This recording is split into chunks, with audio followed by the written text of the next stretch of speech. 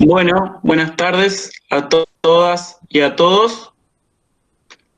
Mi nombre es Mauro. Bueno, hoy voy a presentar el taller de Derechos Indígenas y Responsabilidades Ciudadanas que lo va a dictar el doctor Julio García.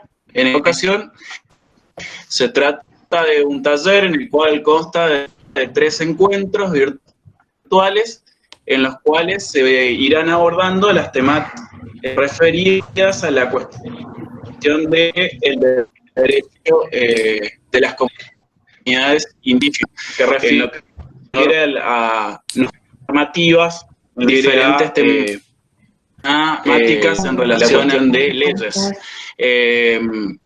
Para eso va a estar coordinando, bueno, la idea era que coordine Daniel también con algunos inconvenientes y que comente de qué trata el encuentro, pero bueno, ya que estamos, le cedo la palabra al doctor Julio García y de esta manera comenzamos a transitar este taller. Para aclarar simplemente, quienes quieran hacer algunos aportes en el chat para que pregunten y para que puedan consideren necesario, al final del taller la idea es que podamos leer esos aportes y esas preguntas y que las pueda responder el doctor García. Muchas gracias a todos por participar. Cedo la palabra. Bueno, buenas tardes a todos. ¿Cómo les va? ¿Cómo andan? Para mí es un gusto compartir estos encuentros. La idea es, como decía Mauro, ida y vuelta, que es enriquecedor. En mi experiencia con pueblos indígenas, siempre he tenido que adecuarme a la realidad de los pueblos indígenas y siempre en procesos de aprendizaje.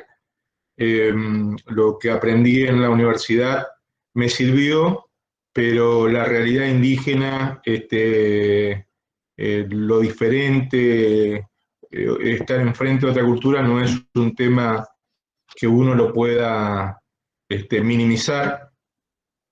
Hay que entrar con los pies descalzos, como dicen los filósofos, en territorios de pueblos ancestrales. Así que la idea un poco es, en este primer encuentro, hablar de derecho de los pueblos indígenas.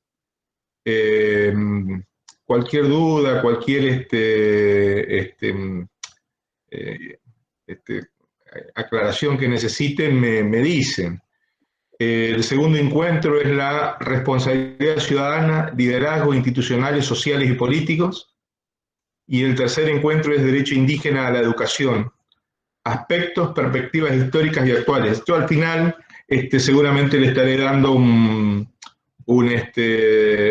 apunte de la exposición.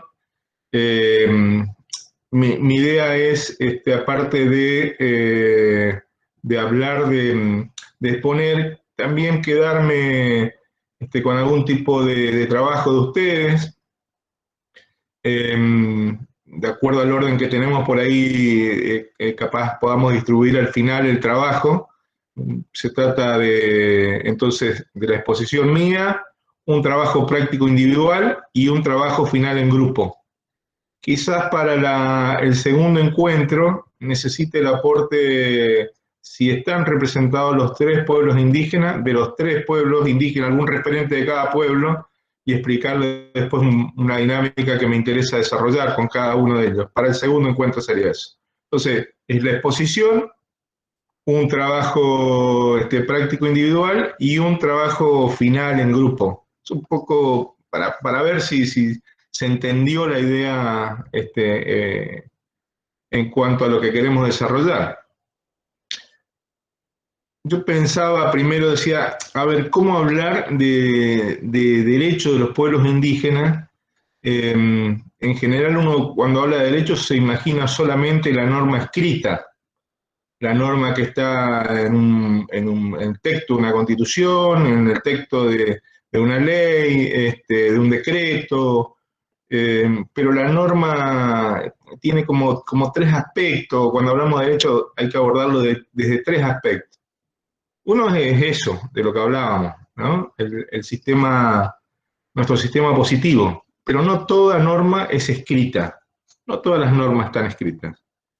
Entonces, el concepto de norma es mucho más amplio que de lo que está escrito, ¿no? Doy un ejemplo de eso. En Argentina, durante muchos años, no existían lo que se denominaba las garantías. Estaban los derechos, pero no estaban las garantías, que son los mecanismos de protección. Una garantía sería el amparo. El amparo tuvo un desarrollo que nosotros los abogados denominamos jurisprudencial o jurisprudencia, que eran casos en donde se ordenaba la protección de un derecho, el derecho al ambiente, el derecho de propiedad, el derecho a la salud, pero el dispositivo legal de protección, el amparo, no estaba regulado. Llevó muchos años regular eso, incluso ahora está regulado a nivel nacional, pero el andamiaje que tiene en la estructura de protección en el sistema no tiene poco que ver con la ley que regula el amparo, o el habeas corpus, que es una protección, una garantía de protección de la libertad ambulatoria. Entonces, cuando hablamos de derechos, no solo hablamos de normas escritas, sino que hablamos de otro tipo de normas. También otro aspecto que tiene el derecho es un aspecto axiológico, de valor, valorativo, que sirve para orientar, acelerar un cambio, una transformación, que tiene que ver en el caso de los pueblos indígenas o de colectivos, de distintos colectivos, del desarrollo integral de la persona. Lo instala como sujeto, lo visibiliza como sujeto jurídico, como sujeto político, como sujeto social, como sujeto económico. La valoración, el interés es instalarlo como sujeto. Y después tiene un aspecto, el derecho, un aspecto sociológico, que es la eficacia. Si es un regulador real de conductas, que se observa, que se le hace caso, que es obedecida, que condiciona algún tipo de actos. Hay normas que son muy efectivas en un momento determinado, pero pierden efectividad porque la sociedad también tiene ciertas dinámicas que en su momento la norma no lo supo adoptar, o por ahí una norma que nosotros tenemos normas bastante viejitas en nuestro sistema jurídico, pero que se muestran muy efectivas, que se fueron adaptando por ser, yo digo, son normas muy, muy inteligentes o sabias. Y la pregunta es, ¿para qué hacemos las normas o para qué hacemos el derecho? El derecho es para hacer justicia, no para que haya disposiciones jurídicas. Esto que parece una obviedad, no siempre es una obviedad, ¿no? No siempre es una obviedad. Entonces, el derecho o el sistema de normas o las normas jurídicas en su aspecto, los tres aspectos que marcábamos, es para hacer justicia. Es un mínimo de ética, un mínimo de justicia en un determinado tiempo, en un determinado espacio, para un determinado grupo de sujetos.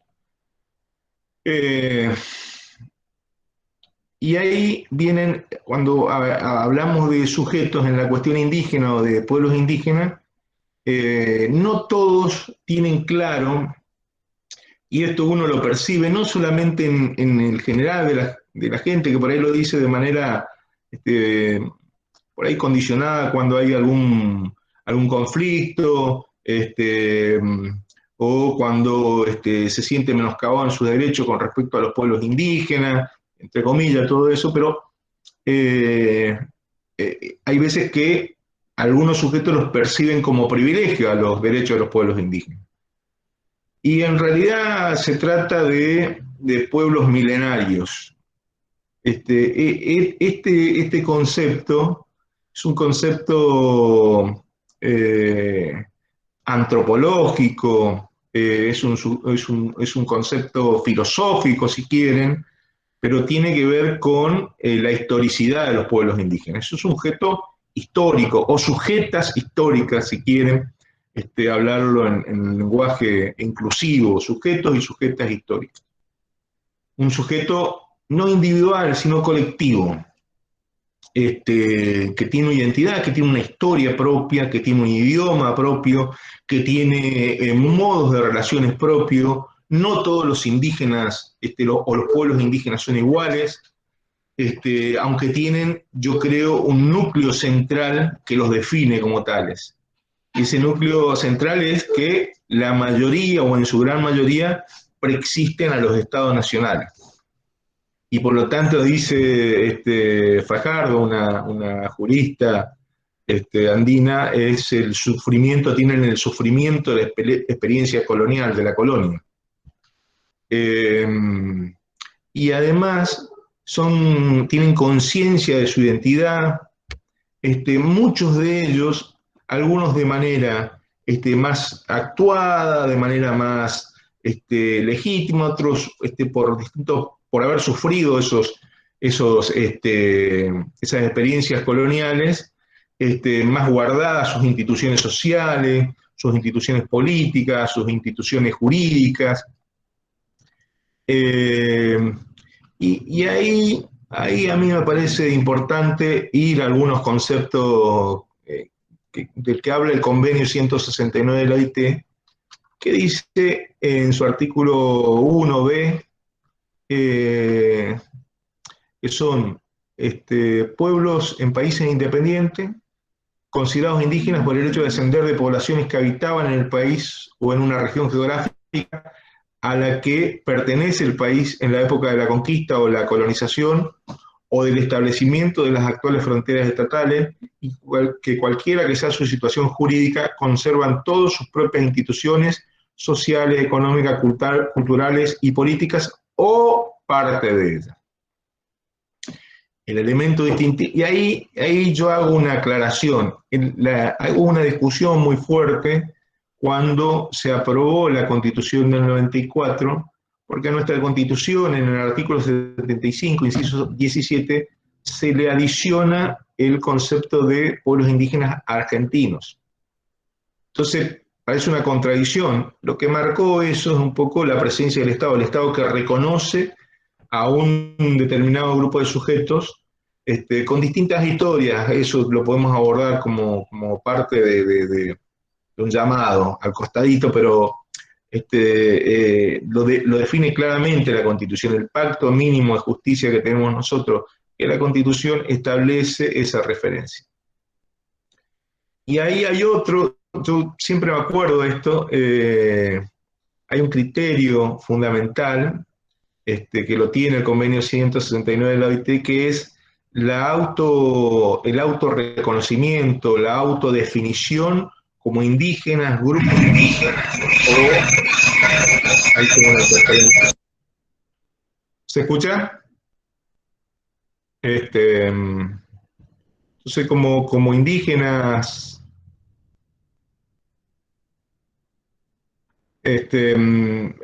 bueno, el convenio de 169 de la OIT habla de eso, ¿no? La autoidentificación. ¿Por qué hago esto que parece una obviedad? Hace muy poquito nosotros, en el caso Napalpí, que fue muy difundido, la jueza de primera instancia había dicho que los indígenas no habían probado su identidad como tales, que no tenían un certificado, que no estaban inscritos en un registro. A renglón seguido que no es así, se sigue buscando la legitimación de un sujeto externo a los pueblos indígenas. Y en realidad me acuerdo en una época que las municipalidades daban un certificado de indígena o de aborigen, como decían. Eso no rige más, nunca debería haber regido. Y lo otro también es que se establece en el convenio 169 de la OIT una especie de límite al concepto de pueblos indígenas, que es en tanto que no se refiere al concepto de pueblos que utiliza el derecho internacional público. No estamos hablando de sujetos que puedan independizarse, para ser claro. Eso es lo que dice el convenio 169 de la OIT, claramente. Yo, a manera así de apunte, por experiencia, por lectura, hablo, y también porque hay alguna doctrina judicial que empieza a hablar del tema, Hualpa, Benedetti, distintos autores que hablan de principios. Entonces, ya nos referimos a uno de los principios, cuando hablamos de derechos de los pueblos indígenas, hablamos de un destinatario, que es un sujeto político y jurídico, no solamente jurídico, sino un sujeto político y jurídico, que tiene o está representado a través de sus instituciones. Eso también tiene que quedar claro, no se trata de francotiradores, de autodenominados, no, tiene una institucionalidad. Y ese proceso, después de muchos años de negación y de ruptura con un orden jurídico que no reconocía esto, hasta el año 94, es un proceso de construcción y de construcción. Cuando hablamos, otro principio es el derecho a la identidad o la identidad como un principio de autodefinición, como un principio de autoidentificación, de autorreconocimiento, pero que a su vez ese principio de autoidentificación rechaza por anticuados otros conceptos perjudiciales para los pueblos indígenas. Un concepto nocivo es el concepto de integración. ¿Se acuerdan cuando se hablaba de crisol de razas, ¿no? Era un concepto que el resultado final era la negación del derecho a ser distinto. La Declaración de pueblos, sobre pueblos indígenas de Naciones Unidas y la Declaración Americana, de manera más clara, hablan de la prohibición de la asimilación y de la culturización, ¿no? O aculturización. Lo ve como una lesión, una afectación de un derecho fundamental de este colectivo que son los pueblos indígenas. Otro derecho es el derecho a la igualdad real. El derecho a la igualdad real, a no ser discriminados, el derecho a ser diferente. Es un derecho convencional y un derecho constitucional. Ahora que está muy de moda, o que quieren poner de moda cada tanto el concepto de meritocracia, los indígenas tienen un plus de derechos en función de haber sido sujetos que han sufrido la aniquilación, muchos de los pueblos indígenas en América. Hay profusa bibliografía en tal sentido, entonces requiere un plus de una cuota de discriminación positiva, dicen algunos. Yo le huyo un poco a ese concepto, porque creo que se pasa de lo que es la igualdad simbólica a la igualdad real. Yo reconozco que un sujeto tiene distintas condiciones, distintos aspectos, distintas partes de un distinto lugar, y debo reconocer ese derecho. Siempre me acuerdo yo, y hace poquito tuve contacto otra vez con una docente indígena, que allá por el año 96, año 96, me iba yo a Comandancias Frías y llegaba a un aula, justo se habían inaugurado las nuevas aulas del el plan social educativo o algo así era, y no eran aulas, eran escuelas, hermosas escuelas. Y había una docente no indígena enseñándole a los chicos, y estaban cortando papelitos. Los chicos estaban en el aula cortando papelitos. Y a los 4 o 5 meses me voy y estaban casi haciendo la misma actividad. Le pregunto a la directora y a la docente con un poco más de confianza ya, y me dicen, lo que pasa es que no entendemos lo que dicen, no nos podemos comunicar.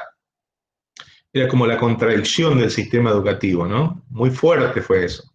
Hasta que empezaron a aparecer los primeros auxiliares docentes indígenas que salían, que egresaban del CISMA, y una docente, Vilma Coria, Huichí, con su nenita, que me acuerdo que tenía un problema de parálisis o algo así, que tenía una expectativa de vida muy corta. Ella, al año uno veía cómo ese proceso de desigualdad, con un elemento mínimo que era el idioma, que ella manejaba de manera fluida los dos idiomas, pudo hacer que ese derecho a la educación que tenían todos sea en realidad, de manera simbólica, un derecho a la educación real, de igualdad real a la educación. ¿Se entiende un poco el concepto? Otro principio también que tiene que ver con el colectivo de pueblos indígenas es su carácter reivindicatorio. Los derechos de los pueblos indígenas, y esto lo uno con otro principio que es el concepto de progresividad, o si quieren usar otro término más venido de las ciencias ambientales o económicas, de mejora continua, como le llaman, los derechos de los pueblos indígenas son una reivindicación a los estados nacionales, que al sistema regional de derechos humanos o al sistema universal de derechos humanos de los pueblos indígenas. Nadie acá dio de manera graciosa o reconoció, el término correcto o el verbo correcto sería reconoció de manera graciosa los derechos, sino que es una reivindicación que llevan adelante los pueblos indígenas en que se los reconozca como sujetos jurídicos y como sujetos políticos. También tiene un plus de derecho reparatorio. Eso es lo otro, repara. Trata de que el daño, la lesión, la afectación que han tenido los pueblos indígenas, el Estado, los operadores del Estado, los sujetos obligados, de alguna manera empiecen a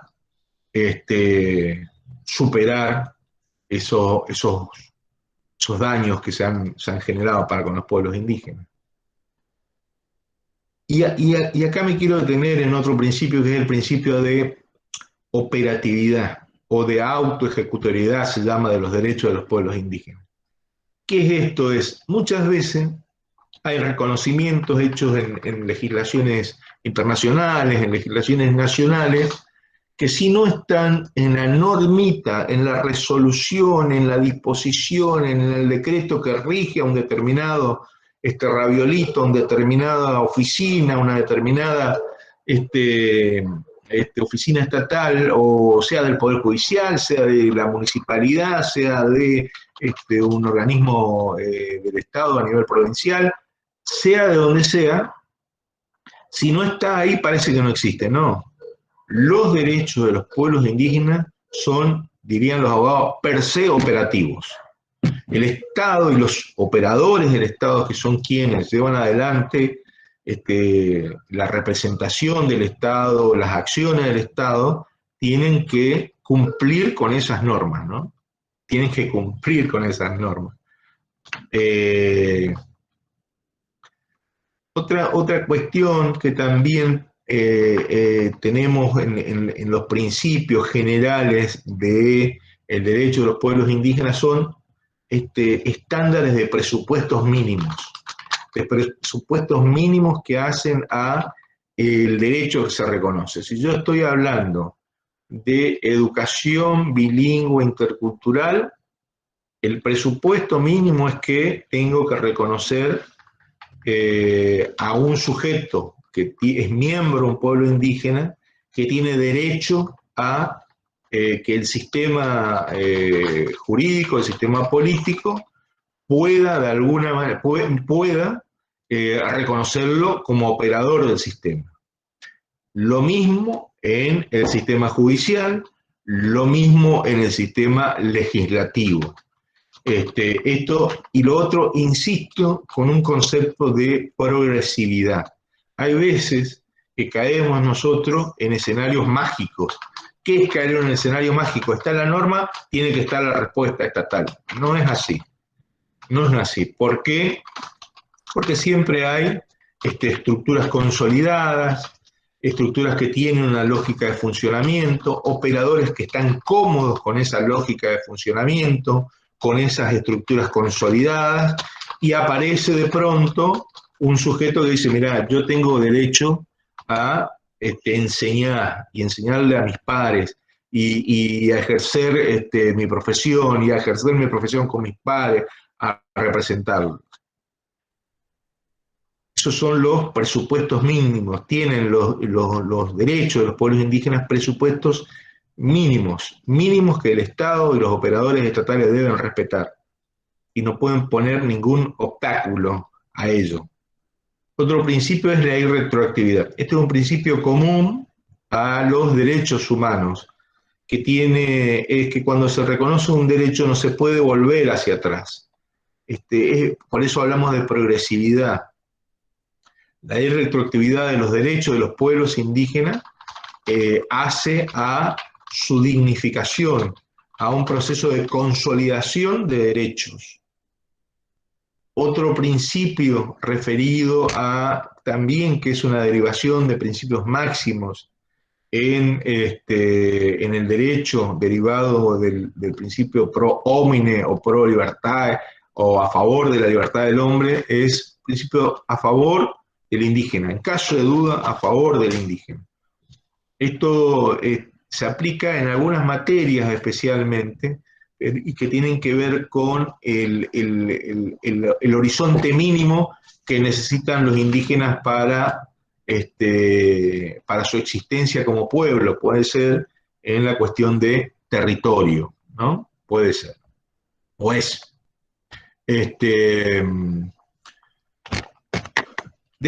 Después, esos son un poco los principios, algunas columnas del derecho indígena.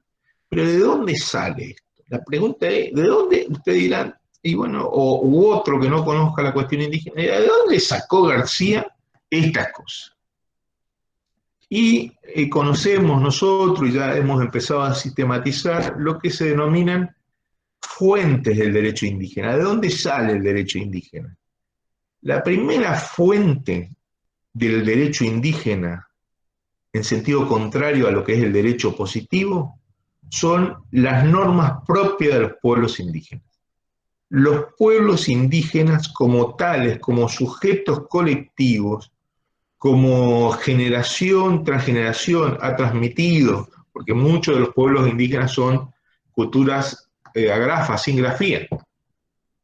Es todo un tema esto, ¿no? No es un tema menor, pero han ido generando normas que tienen que ver con sus modos de relación, su modo de relación entre individuos, entre familias, entre comunidades, con terceros ajenos a la comunidad, mecanismos de elección de sus autoridades, tipos de resolución de conflictos.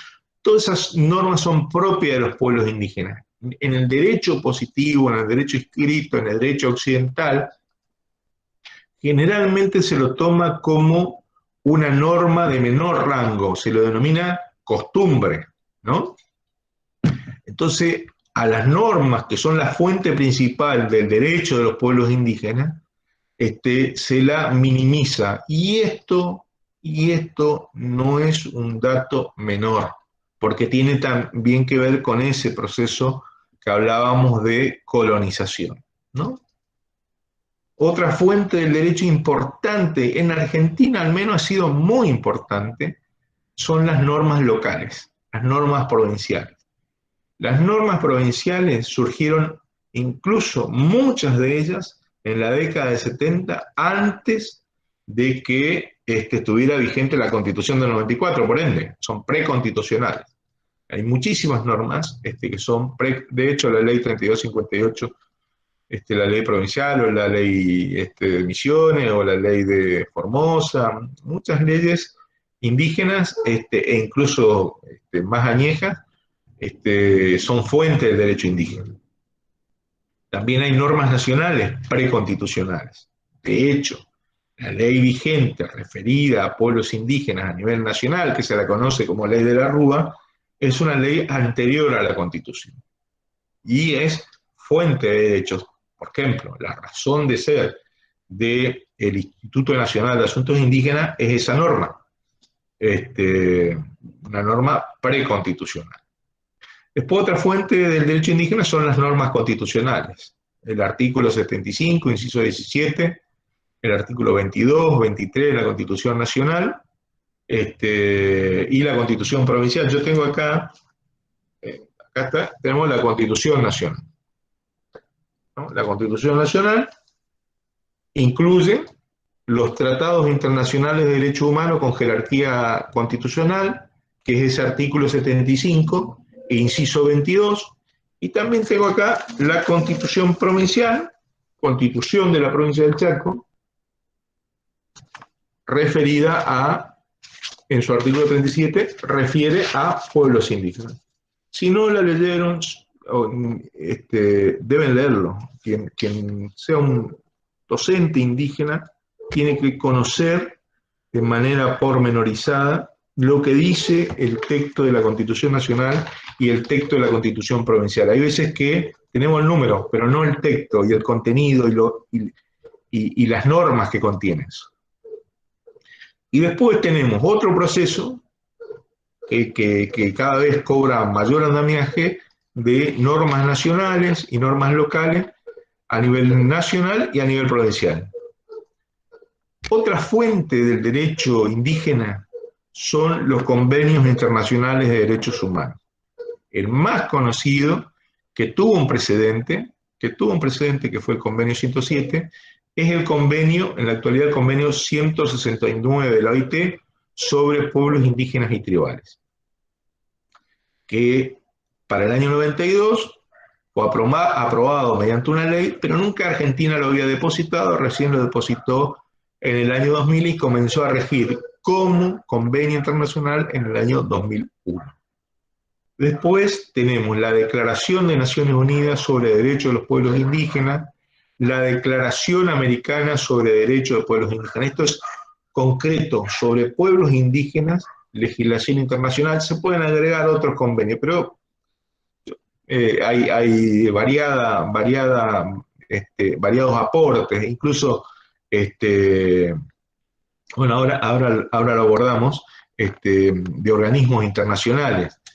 Y ahí hablamos de los convenios internacionales de derechos humanos, la Declaración Universal de Derechos Humanos. Después que la humanidad casi desaparece con 50, 70 millones de personas víctimas de lo que fue la guerra, se aprueba la Declaración Universal de Derechos Humanos. Tenemos la Convención Americana de Derechos Humanos o Pacto de San José de Costa Rica, que es muy importante en lo que es materia de derechos de pueblos indígenas. Miren si será importante que Argentina, por primera vez en materia de pueblos indígenas, tuvo en el mes de febrero, notificado en el mes de abril, la primera sentencia en contra sobre pueblos indígenas, conocida como asociación miembros de la Cajonat versus Argentina, en un juicio sobre territorio que implica casi 400.000 hectáreas en el reconocimiento de la propiedad comunitaria en la provincia de Salta, en función de de la Convención Americana de Derechos Humanos. Tenemos hay varios convenios, 13 incorporados al artículo 75, inciso 22, pero también la Convención para la Prevención y Sanción del Delito de Genocidio, la Convención Internacional sobre Eliminación de todas las formas de discriminación. Muy importante este dato porque el racismo, la discriminación no han sido erradicados, están lejos de ser erradicados, y lo que he visto que ahora el INADI, que es el organismo de aplicación de esta convención, ha comenzado un nuevo proceso de relevamiento después del que había hecho si no me equivoco, en el año 2007 la presidencia de Néstor Kirchner, actualizando la cuestión de lo que es el racismo, lo que es la discriminación para con los pueblos indígenas. Otra convención muy importante que tenemos nosotros referida a derechos humanos es la Convención sobre la eliminación de todas las formas de discriminación contra la mujer. Y lo importante en este tipo de convenciones internacionales es que tienen lo que se denominan órganos de los tratados, organismos que llevan adelante informes, que llevan adelante incluso investigaciones, que llevan adelante procesos que nosotros los abogados denominamos jurisdiccionales controvertidos. ¿Qué quiere decir? Juicios, directamente juicios contra el Estado por incumplimiento. De hecho, en Argentina tenemos el caso del NP, por violación del Pacto Internacional de Derechos Civiles y Políticos, también por violación de las convenciones referidas a la discriminación contra la mujer. Son convenciones o pactos importantes que no pueden ser de ninguna manera minimizados, ¿no? Entonces, las bases axiológicas de la legislación indígena, la base de valores en referencia a los pueblos indígenas, tienen que ver con ese principio del que hablábamos, que es el principio de autoidentificación. A modo de ejemplo, y viendo un poco el tiempo que tenemos, la Declaración Americana de Derechos de los Pueblos Indígenas habla del rechazo a la asimilación. Su artículo 10 dice: los pueblos indígenas tienen derecho a mantener, expresar y desarrollar libremente su identidad cultural en todos sus aspectos, libre de todo intento externo de asimilación. Los estados le prohíben, no deberán desarrollar, adoptar, apoyar o favorecer política alguna de asimilación de los pueblos indígenas ni de destrucción de su cultura. Claramente la Declaración Americana establece eso. Después hay como los derechos de los pueblos indígenas tienen como dos piedras angulares, denominamos nosotros, como dos bases. Uno es el derecho a la consulta, ¿no? La base axiológica, de valores, de proyecto colectivo, de reconocimiento de ese sujeto, y después dos piedras angulares, normativas, diríamos. Uno es el derecho a la consulta libre, previa, informada y de buena fe. El convenio 169 de la OIT habla claramente en su artículo 6 de ese derecho. Ante toda iniciativa administrativa o legislativa, los pueblos indígenas deben ser escuchados. Doy dos ejemplos. En la provincia del Chaco, la ley de juicio por jurado y la ley de educación. La ley de juicio por jurado no se puede instrumentar e implementar en el capítulo referido a pueblos indígenas porque no hubo consulta. Entonces se está tratando de suplir esa omisión normativa, porque si no la ley sería nula. Hay varios antecedentes en la provincia del Chaco. Bueno, la ley de derecho a la educación bilingüe intercultural a nivel provincial es una ley que tuvo un proceso de consulta y que ese proceso de consulta falta arreglarlo en nuestra legislación y a nivel nacional, a nivel provincial, es un debe que tenemos como sociedad. Entonces, ante cualquier iniciativa legislativa o administrativa referida a pueblos indígenas que pueda llegar a afectarlo, se requiere ese proceso de escucha, ese proceso que si quieren en algún momento lo podemos profundizar. Yo había traído algunos apuntes, pero me parece que no da. Hay que diferenciarlo de otros conceptos que me parece importante, de la participación y del consentimiento. El consentimiento o derecho de veto que se llama, es un derecho reconocido por los instrumentos internacionales referidos a pueblos indígenas, pero no para todas las materias. La filosofía que tiene el convenio 169 de la OIT es, si se dan estos prerequisitos de buena fe, de previo, de acceso a la información, llegar a un acuerdo entre el Estado y los pueblos indígenas en referencia a alguna iniciativa, ¿no? Esa es la filosofía. Hay excepciones que tienen que ver con lo que tenga que ver con tierra, con lo que tenga que ver con propiedades indígenas, traslado o todo el manejo de material radioactivo. Hay mucha experiencia en el mundo. Dicen, bueno, allá están los indígenas, tal, le llevamos esto. Le hicimos una consulta, le preguntamos. No, no es así. Un solo sujeto que esté en contra, no se puede llevar a cabo esos proyectos, supongamos, de traslado de pueblos indígenas. Y la otra piedra angular, y un poco ahí empiezo a cerrar, es el derecho indígena al territorio, que es más que la propiedad comunitaria. En la regulación constitucional y convencional se habla de posesión, se habla de entorno, se habla del el subsuelo.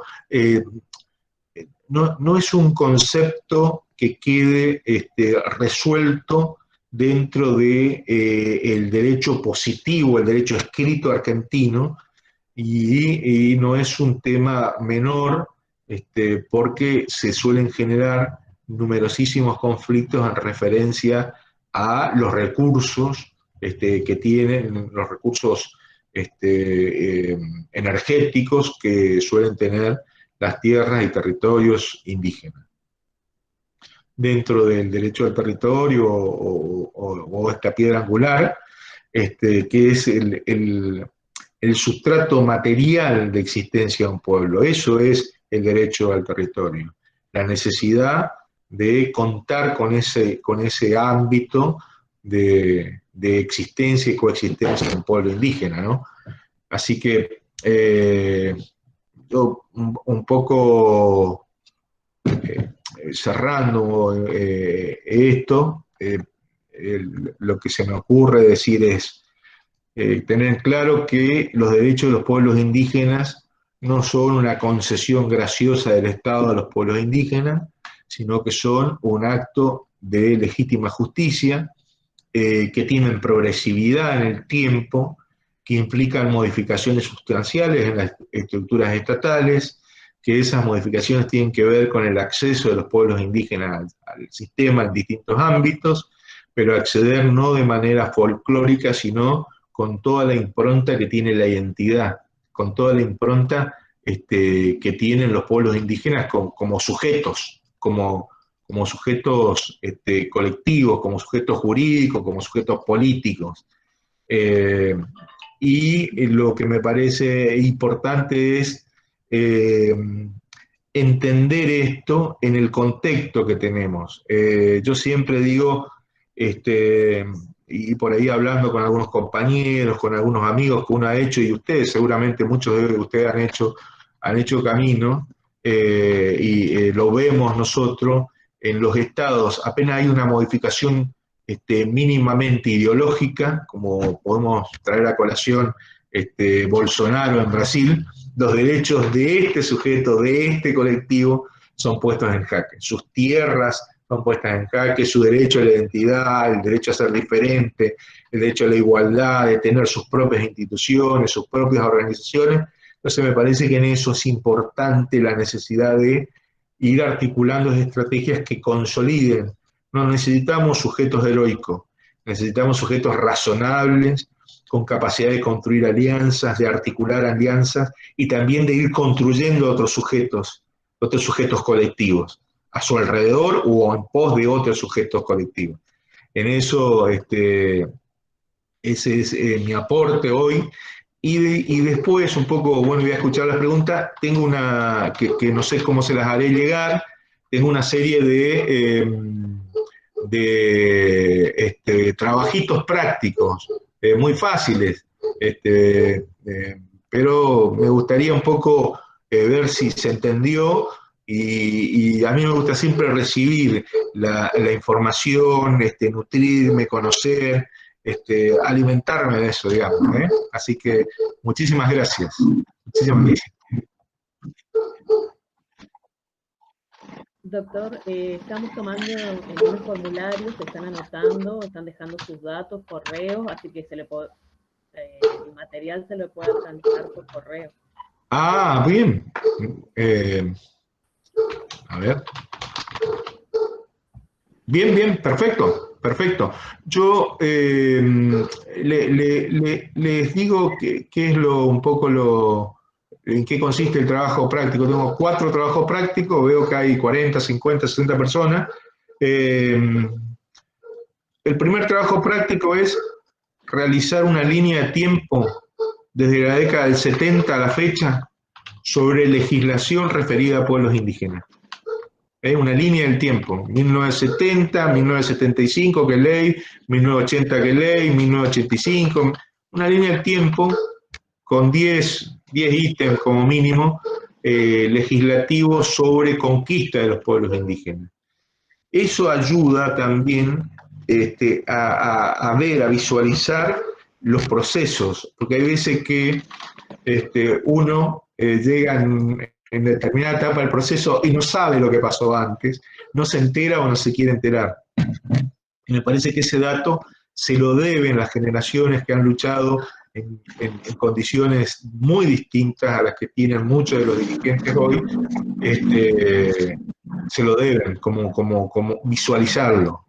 El segundo trabajo práctico es tomar cualquiera de los principios referidos a pueblos indígenas. Yo voy a poner a disposición de los organizadores esta filmina. Entonces la idea es que tomen cualquiera de los principios referidos a pueblos indígenas y lo relacionen con una situación de vida individual, comunitaria o institucional, ¿no? Otro, supongamos, puede ser el principio de discriminación. Entonces, de no discriminación, de igualdad, para dar un ejemplo nítido. El trabajo práctico 3, buscar en Internet legislación provincial referida a pueblos indígenas y que digan a qué se refiere, de qué se trata eso. Y el trabajo práctico número 4 es cuando hablamos propiamente de derecho indígena, ¿puede identificar normas del pueblo con Mocoví o Huichí? Seguramente alguno va a tener que ir a preguntarle a lo más anciano y de ahí decodificar las normas actuales. Hay modos de actuar, modos de conducta individual o colectivo que tienen que ver con la existencia del derecho indígena. O eso son los trabajos que podemos distribuirnos entre todos.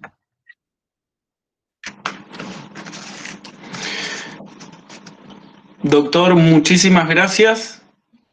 Muchísimas gracias por los aportes. Muchas gracias a todos y todas quienes estuvieron participando del conversatorio. Me parece importante, digo, en el sentido en que esto también se pueda poner en contexto, en el contexto latinoamericano, en el cual suceden muchos acontecimientos que son importantes y que necesitamos poner en valor aquello que aquello que rescatamos de la historia, aquello que fue invisibilizado, que es parte de la historia otra, como denominamos nosotros una parte de los conversatorios que venimos realizando, y poder entender y poder también al mismo tiempo, como mencionaba recién, una palabra que me parece interesante, generar estrategias como para poder avanzar y no retroceder, digo, porque también está en discusión si retrocedemos frente a la avanzada neoliberal de gobiernos que se van instituyendo en Latinoamérica, y como el de Bolsonaro, como mencionaba, y como otros gobiernos en Uruguay. Digo, me parece importante que se vayan generando estrategias para poder sostener lo que se ha conquistado hasta el momento y poder avanzar. Eso me parece importante, que también, digo, los trabajos prácticos, esto también sirven mucho para revalorizar eso que se consiguió hasta el momento con mucha lucha, con mucho tiempo, con mucha paciencia, persistencia, tenacidad, y bueno, de esta manera llegamos a tener, digo, lo que hoy los pueblos indígenas de nuestra provincia pueden acceder a ciertas cuestiones que antes no las podían, no las tenían. Muchísimas gracias, doctor. La subsecretaria de Interculturalidad y Plurilingüismo, Lichi Mendoza, si quiere hacer un cierre. También pueden aportar otros quienes están participando, si tienen alguna pregunta, como mencionamos al comienzo, lo pueden hacer en el chat. Y si no, continuamos con la subsecretaria Lichi Mendoza. Oh, bueno, realmente Julio ha sido muy interesante. Anoté. Creo que nos ha sido útil a todos, de alguna manera u otra. Y solo 2 o 3 cuestiones referidas a lo que dijiste. Vos hablaste del tema ahora que se ha puesto de moda por un rato, de la meritocracia, ¿no? A partir de tu reflexión y el hecho de la acción positiva o discriminación positiva. Yo creo que ese es un concepto que tenemos que trabajar mucho porque todavía no se lo entiende qué es la acción positiva, que no es un capricho de un par de locos y locas, sino que está, sí, por algo te lo digo, está inscrito en nuestra Constitución, que es, con sus grandezas y sus miserias, digamos, es algo bastante razonable. Podría ser mejor, también podría ser mucho peor. El tema de la acción positiva para mí es clave. Otro tema es la operatividad de los derechos indígenas. Y acá permítanme una anécdota, cuando hace varios años ya de esto, hablábamos, había un pequeño conflicto con el artículo 52, creo, del Estatuto del Docente, que se le exigía más horas a los auxiliares docentes aborígenes que a los maestros especiales. Y entonces yo me mandé la parrafada que estaba tal ley, terminé el convenio 169, y que me contestó una supervisora, pero eso no está en el estatuto. O sea, te mató. La operatividad no es me mató, no, porque además es gracioso, pero también te produce una rabia en el momento. Claro. En el momento me salió, usted es un fascista. No sé qué tenía que ver con qué, pero no importa. Bueno, dicho esto, entonces la discriminación positiva, aunque no les guste discriminación positiva, si decís acción positiva no te entienden. Esa es la realidad. El tema de la operatividad, y vos hablaste bien de la progresividad y el marco de razonabilidad. No hay escenarios mágicos. Ahora, esto da para mucho más, pero lo que sí, vos también hiciste referencia que era necesario que escucharan, tomaran nota los docentes indígenas de todo, como dicen ustedes, el plexo normativo y no normativo, el plexo jurídico. Ahora, yo te digo, sería ideal, y nosotros vamos a hacer otra convocatoria, donde también haya docentes, personas no indígenas, pero que estén en contacto con los indígenas. Justamente porque muchas veces el racismo o el microrracismo, el cotidiano, proviene de la ignorancia. Sí, claro. Entonces es importante que esto que vos hoy nos tirás, tiraste unas líneas, por decir así, parece tan simple, pero no es tan simple, pero tenemos puntas para pistas para pensar, también lo hagamos llegar a otros campos y ámbitos muy sensibles, como son, por ejemplo, la salud, la justicia. Es un trabajo, es una batalla cultural, aunque a algunos no les guste el término batalla. Bueno, pongámosle, es una disputa, porque todavía no se entiende. Pero bueno, agradezco a todos y a todas. La veo a Ana Benedetto allí. Muchas gracias por estar con nosotros, Ana Bogelli. Hay dos preguntas ahí, Lichi, que me gustaría contestarlas, rápido nomás. Una es, la gente dice, ¿por qué demora mucho los juicios si están reconocidos los derechos en convenios? Porque justamente el derecho es una lucha, no es algo mágico.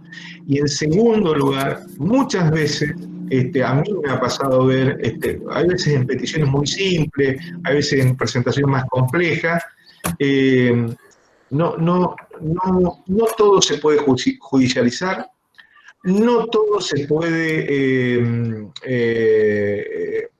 solucionar por el Poder Judicial. El Poder Judicial es la última razón. Hay así como una inflación de demandas, excepto el derecho a la tierra, que me parece que en Argentina es razonable, y hay otras urgencias ahí también que refería al tema indígena. Pero en general, el sistema judicial no está preparado para las cuestiones colectivas. No está preparado, directamente no está preparado, que las oficinas son pequeñas, no tienen lugares para audiencia, ahora se empezaron a ampliar, o sea que esperan a 1, 2 personas, 3 personas y nada más, no está preparado. En segundo lugar, tienen otras prioridades. Yo honestamente creo que tienen otras prioridades. Y por ahí, bueno, había gente de Jujuy, haciendo preguntas referidas.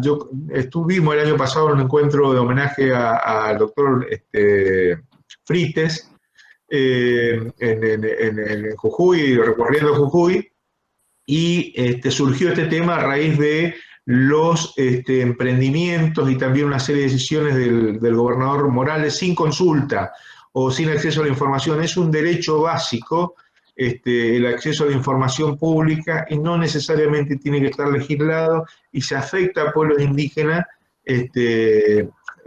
ahí sí hay que judicializarlo, digo.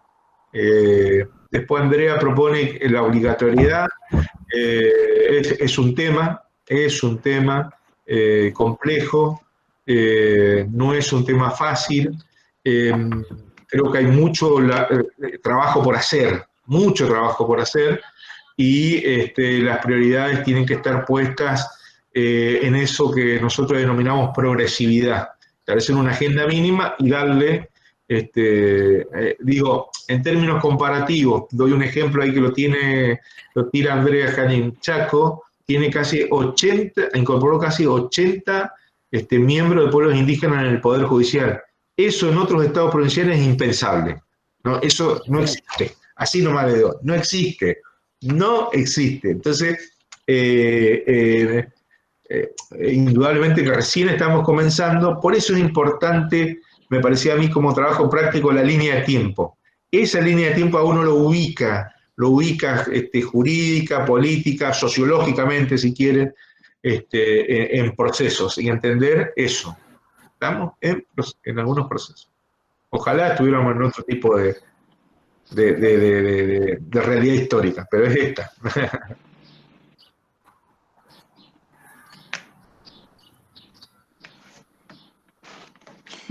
Bueno, muchísimas gracias nuevamente. Vamos cerrando este primer encuentro del taller y nos vemos el martes que viene. Tenemos trabajos prácticos que serán enviados a los correos electrónicos para quienes se inscribieron en el cuestionario, y el martes que viene nos volvemos a encontrar. Muchísimas gracias y nos vemos el martes. Bueno, gracias. Saludos, cariños a todos, muy amables. Saludos, doctor. Chao. Chao. Gracias, muy amables, muy amables.